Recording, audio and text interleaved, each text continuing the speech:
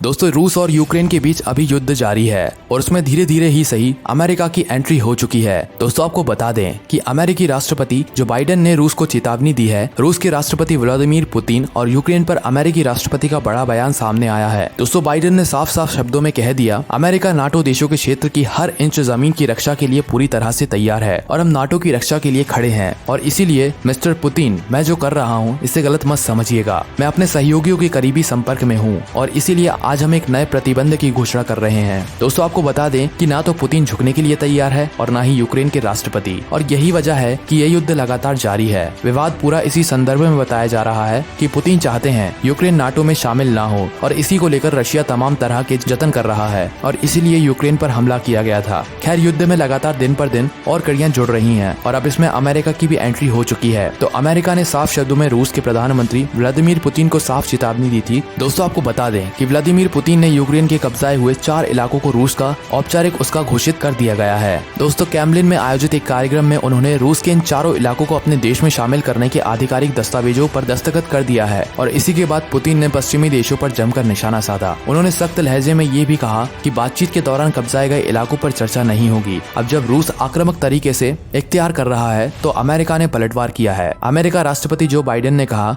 America और उसके सहयोगी पश्चिमी देश व्लादिमीर पुतिन की धमकियों से डरने वाले नहीं है। पुतिन की हरकत इस बात का संकेत है कि वे संघर्ष कर रहे हैं। वे अपने पड़ोसी के क्षेत्र पर कब्जा नहीं कर सकते और ना ही इससे बच सकते हैं। हम यूक्रेन को सैन्य उपकरण मुहैया कराना जारी रखेंगे। अब इसी बीच पुतिन ने जवाब दिया है और उन्होंने कहा, मध्य युग में पश्चिम देशों ने अपने औपनिवेशिक शासन की शुरुआत की। अमेरिका के लोगों का नरसंहार, भारत और अफ्रीका की लूट, चीन के खिलाफ युद्ध, अफीम युद्ध में पूरे विश्व के देशों का ड्रग्स का आदि बनाकर पूरे युग का नरसंहार कर दिया। दोस्तों साथ साथ पुतिन ने यह भी कहा कि हमें गर्व महसूस होता है कि 20वीं सदी में हमारे देश ने उपनिवेशवाद विरोधी आंदोलन का नेतृत्व किया जिससे कई देशों को स्वतंत्रता मिली। दोस्तों कुल मिलाकर देखा जाए तो बहस और युद्ध बढ़ता जा रहा है। यूक्रेन ने नाटो के लिए आवेदन किया है, इसी से रशिया चिढ़ा हुआ है और अब इसी को लेकर अमेरिका ने अपनी एंट्री करते हुए साफ शब्दों में कह दिया है कि नाटो की 1 इंच जमीन हिलने नहीं दी जाएगी। अब आप बताइए कि जिस तरीके से अमेरिका राष्ट्रपति जो बाइडेन ने पुतिन को चेतावनी दी, फिर पुतिन ने भारत का जिक्र किया, इसको लेकर आप क्या राय रखते हैं? दोस्तों आप सभी जानते हैं कि रूस और भारत के संबंध कितने अच्छे और कितने गहरे हैं। ऐसे में अगर कभी जब रूस को जरूरत पड़ी तो भारत रूस के साथ ही खड़ा हुआ नजर आएगा। दोस्तों भारत आत्मनिर्भर और युद्धों में इस्तेमाल होने वाले हथियार खुद बनाने लगा है। इसकी वजह से भारत का दबदबा धीरे धीरे और देशों में भी बढ़ता जा रहा है। तो दोस्तों ऐसे में जब अमेरिका यूक्रेन के सपोर्ट में खड़ा हुआ है तो जरूरी सी बात है कि भारत रूस के पक्ष में ही खड़ा रहेगा